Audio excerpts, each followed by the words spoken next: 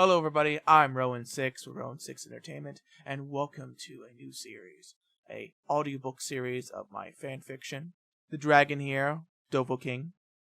The background art for this fanfiction is created by me. If you're interested in me doing art commissions for you, the link to my business Discord is down below. There's also a link to my community Discord, as well as the fanfiction link. Thank you, and enjoy the video. Chapter 20. After the first heroics lesson was over, All Might left quickly. Seeing this, the class made haste to the changing rooms before Izuku stopped them and had them line up where he began addressing them. As I'm sure you're all aware, your next class is with me in Magic 101. Unfortunately, I believe only a few of you will have the aptitude to perform magic.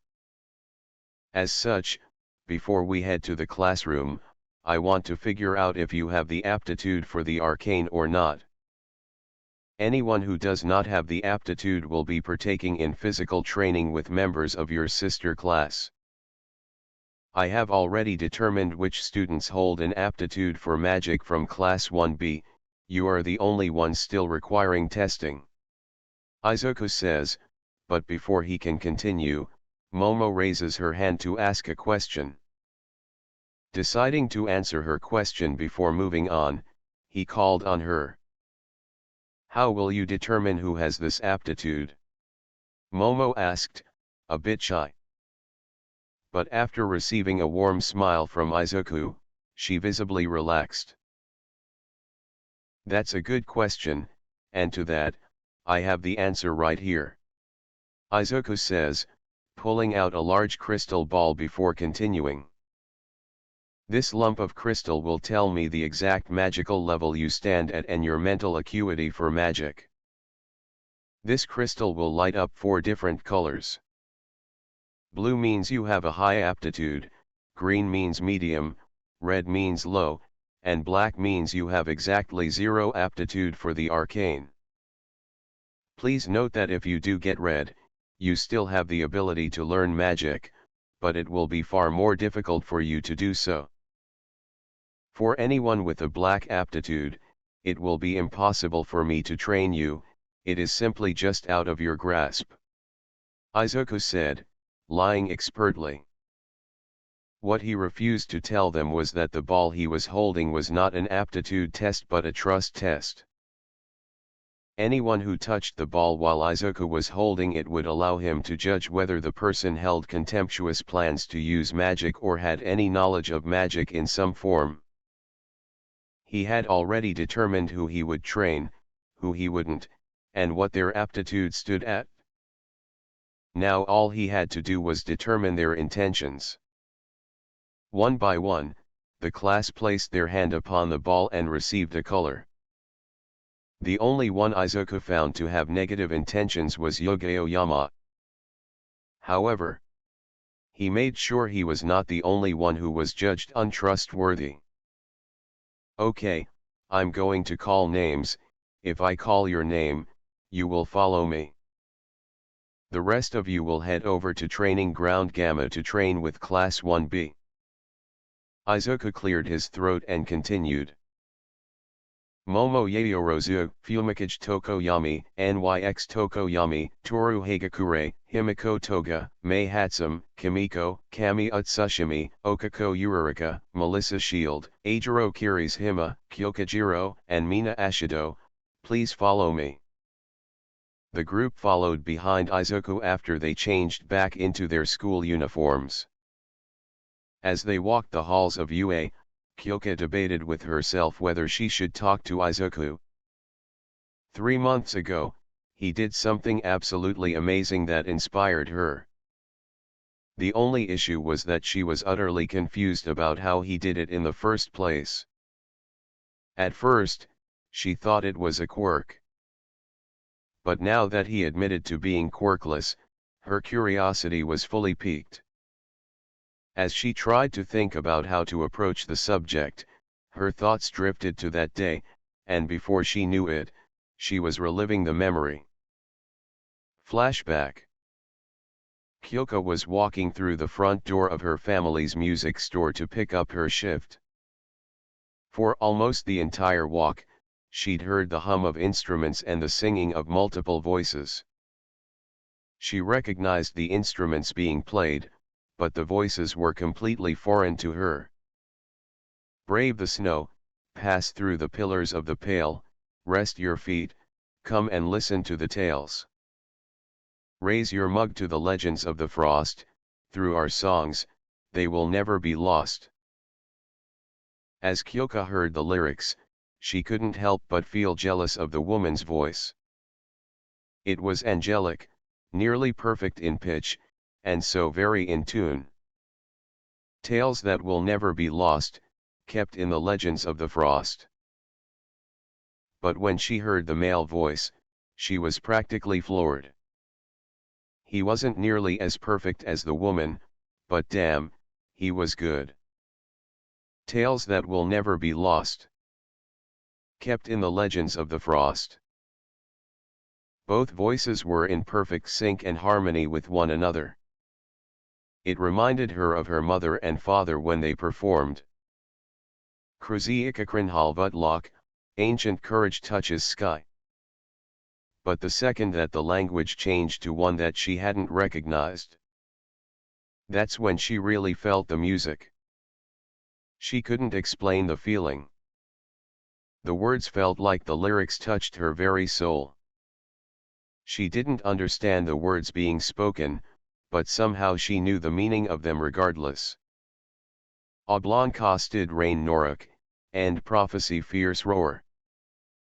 When she finally entered the store and saw the trio performing, it felt like the world had changed around her. Illusions of the northern lights covered the ceiling of the store, spectral images of raging battles between humans and creatures alike visible in the light. Brianna Bruni Xarit Vadin, Savage Sister, Mighty Maiden. The images changed. This time, it showed 3 people, a man and 2 women, battling what appeared to be a dragon. Kyoka was captivated by the sight. She was not the only one, however, every other person in the store was watching in awe at the spectacle before her, including her parents. Zimamul Kendav Krin, brother strong, warrior brave. As the new lyrics came in, the images changed yet again, this time in the form of a giant iceberg that depicted hundreds of battles. Some were warriors on the brink of loss, refusing to die until the last breath left them, some were hard-fought victories, others were celebrations after hard-fought battles. Tales that will never be lost, kept in the legends of the frost. The images continued playing on a loop. Kyoka couldn't help but think about how real each fight was depicted. It was like the memories of a person were being played back on repeat, on display for everyone to see. Once and always, a part of history, long remembered, warriors be. Distant thunder, echoes of the past, through our voices, forever to last. So raise your mug to the legends of the frost, through our songs they will never be lost. So raise your mug to the legends of the frost, through our songs they will never be lost. Kruziikakrin, Oblong costed. With those final lyrics, the image was changed to a still picture of the 3 performers wearing the same armor worn by the warriors depicted. She understood now, those images weren't battles of random people, these were the battles they took part in, their fights, their victories, and their hard-fought achievements. As the final note played, the song came to an end. The images quickly disappeared with it. There was a long moment of silence before the people in the store started cheering. Kyoka couldn't help but join in, and as her parents handed them a signed guitar, she realized what day it was. Today was the music contest meant to help promote the store. Depending on how well the groups performed, it would determine what prize the performers received. The fact that this trio earned one of the best guitars they had in stock, alongside the fact that it was signed by her parents, meant they really killed it. As the guitar was handed to the boy with fluffy green hair, there was an explosion outside their shop.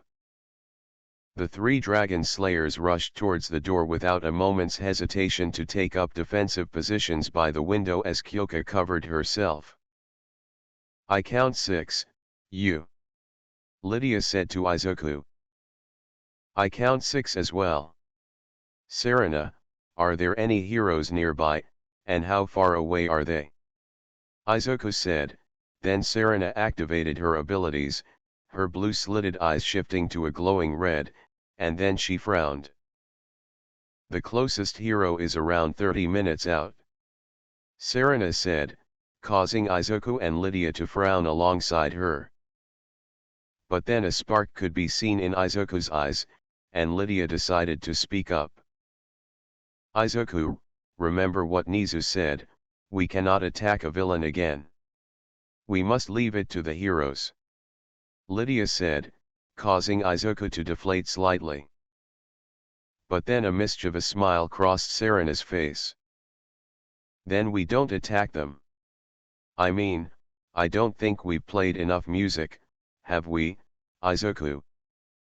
Izuku matched her smile with one of his own.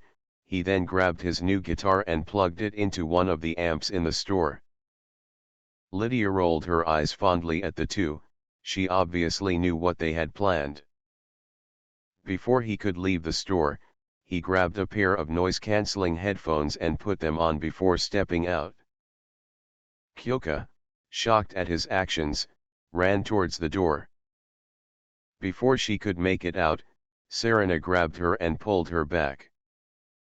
"What do you think you're doing?" she hissed. "Are you an idiot?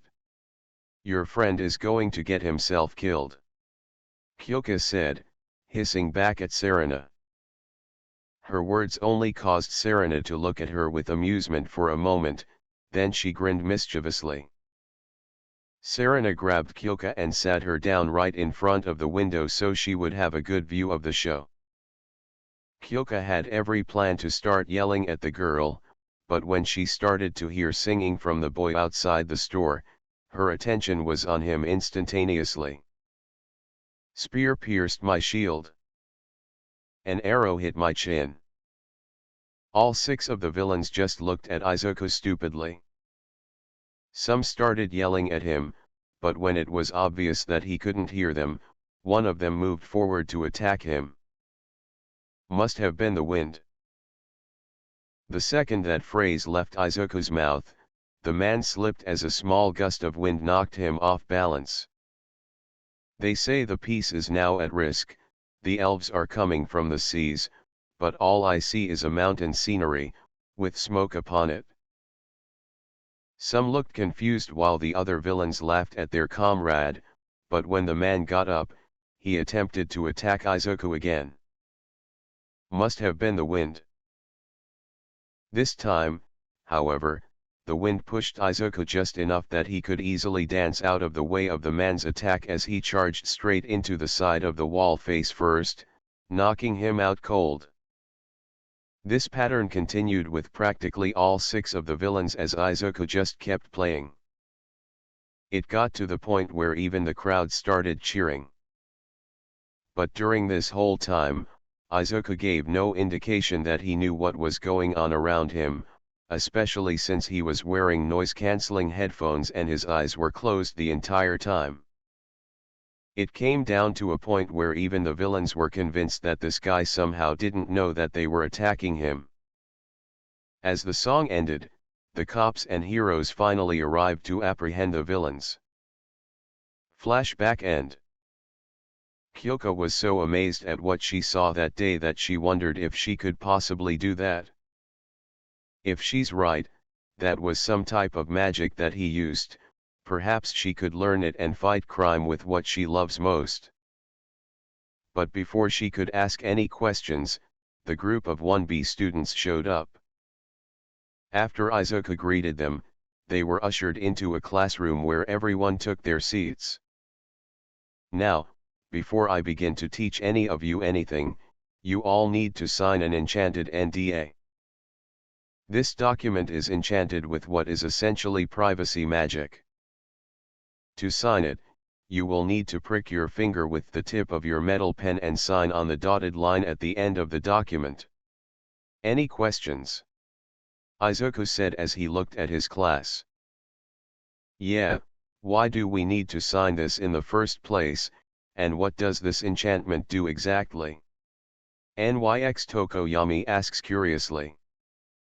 Well, Miss Tokoyami, magic is not only very powerful but also highly volatile and dangerous. Anyone attempting to use magic with a bare minimum of information or, God forbid, misinformation could be hazardous. Take destruction magic, for example. You could easily output the same level of destructive force that All Might can produce with a single punch. Now imagine if the villains got their hands on this kind of knowledge, and the damage that would be wrought. I admit, it will probably take them, and you, decades to truly master a single branch of magic, but I am not stupid enough to believe that this information will not eventually leak out. However, when it eventually does get leaked, I want to know that there are enough of you with good intentions, skilled enough to outstrip any novice villain attempting to play with things they shouldn't. Now, as for what this enchantment does, it's rather simple. Anyone who signs this and attempts to speak of magic or of its secrets will not be intelligible to anybody who is not authorized to know such knowledge. Izuku says, but everybody in the classroom just looks confused. Why don't I give you a demonstration? Melissa, tell me the fundamental laws of magic. Izuku asked Melissa, who stood up and answered his question.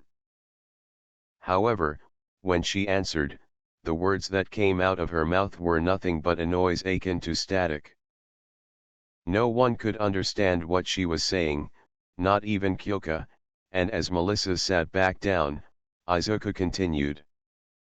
As you can see, the effects of the enchantment are harmless. Any other questions? Izuku says as he looks over his new class. Seeing a couple of hands raised and that Mina was one of them, he called upon her.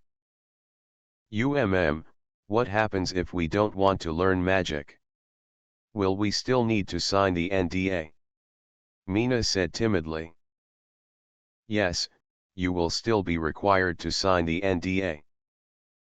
There is more to this class than casting spells. Everything you'll learn in this class will be essential to your future as heroes.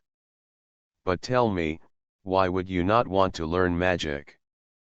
Izuku asks as he raises an eyebrow in curiosity. Well, I'm not really a bookworm. In fact, I've never been good at math or science. Mina said timidly. Well, it's truly up to you if you decide you want to learn magic or not. But, there are a couple of things you need to understand about magic.